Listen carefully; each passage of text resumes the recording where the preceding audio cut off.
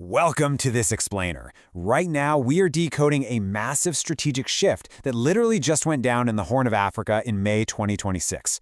For months, we've been watching this quiet, sort of logistical shadow war playing out behind the scenes.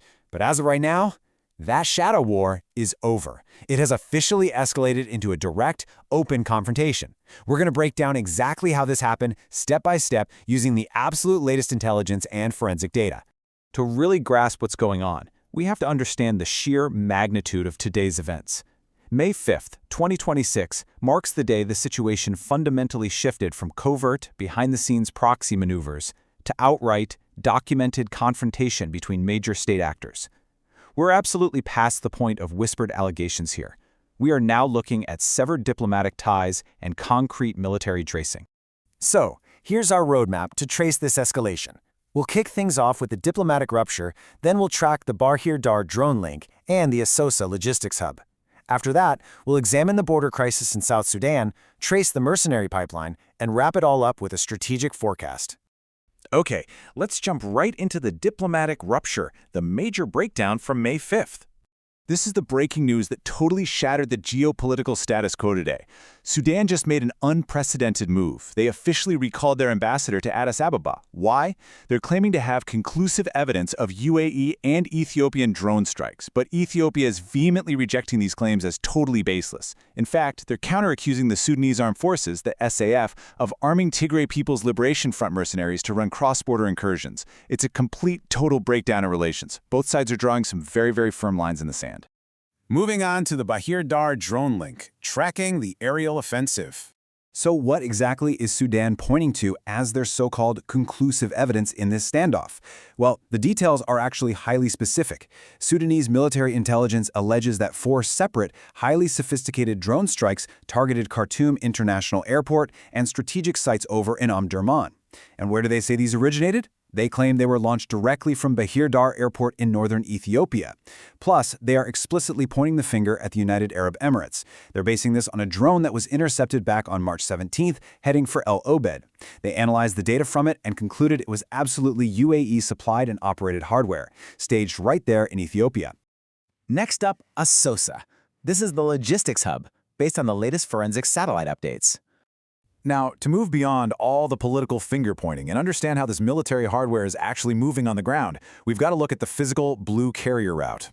The Yale Humanitarian Research Lab pulled together 5 months of satellite data from November 2025 straight through to April 2026. It reveals a very clear 3-step logistical pipeline across the Horn.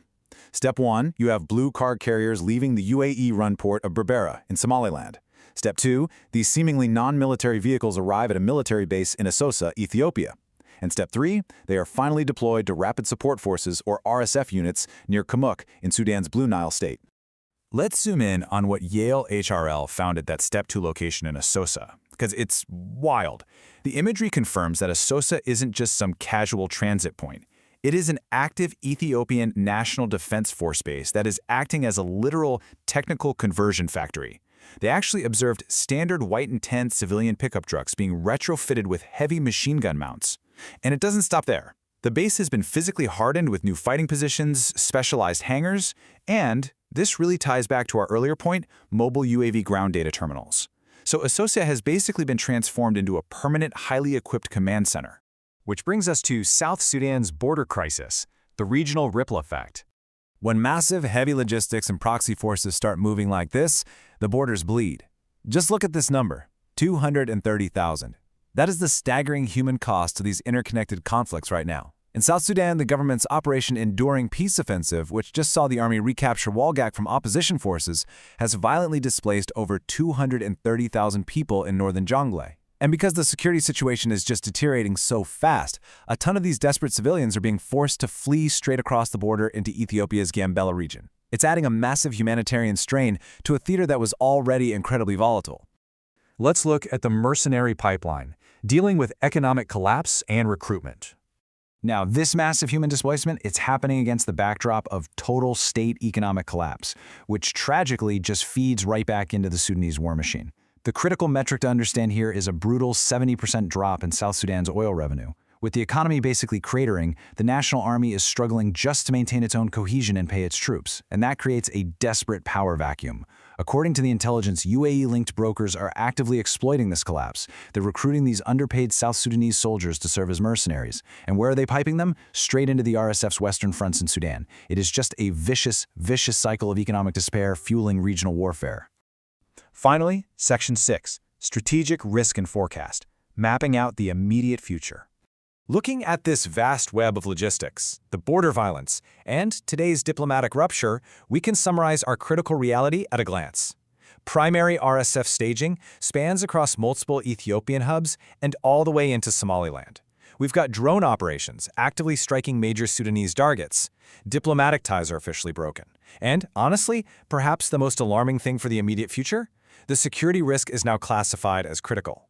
Because of those exposed logistics hubs in places like Asosa, there is an incredibly high probability of SAF retaliatory airstrikes directly on Ethiopian border installations in Benishangul Gumuz. So, with this shadow war now bursting wide open for the whole world to see, we really have to decide where to focus our lens next.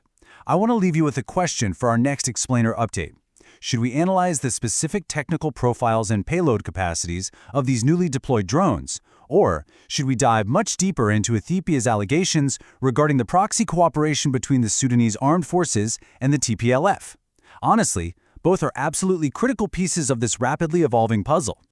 To dive even deeper into this specific geopolitical intelligence and, find answers to those questions, I am incredibly thrilled to announce the official launch of our brand new website at www.samalel.inc. If you head over there, you can find all the contents from today's explainer, along with tailor-made reports and source documents that you can actually plug straight into your own projects to help shed light on these super complex subjects.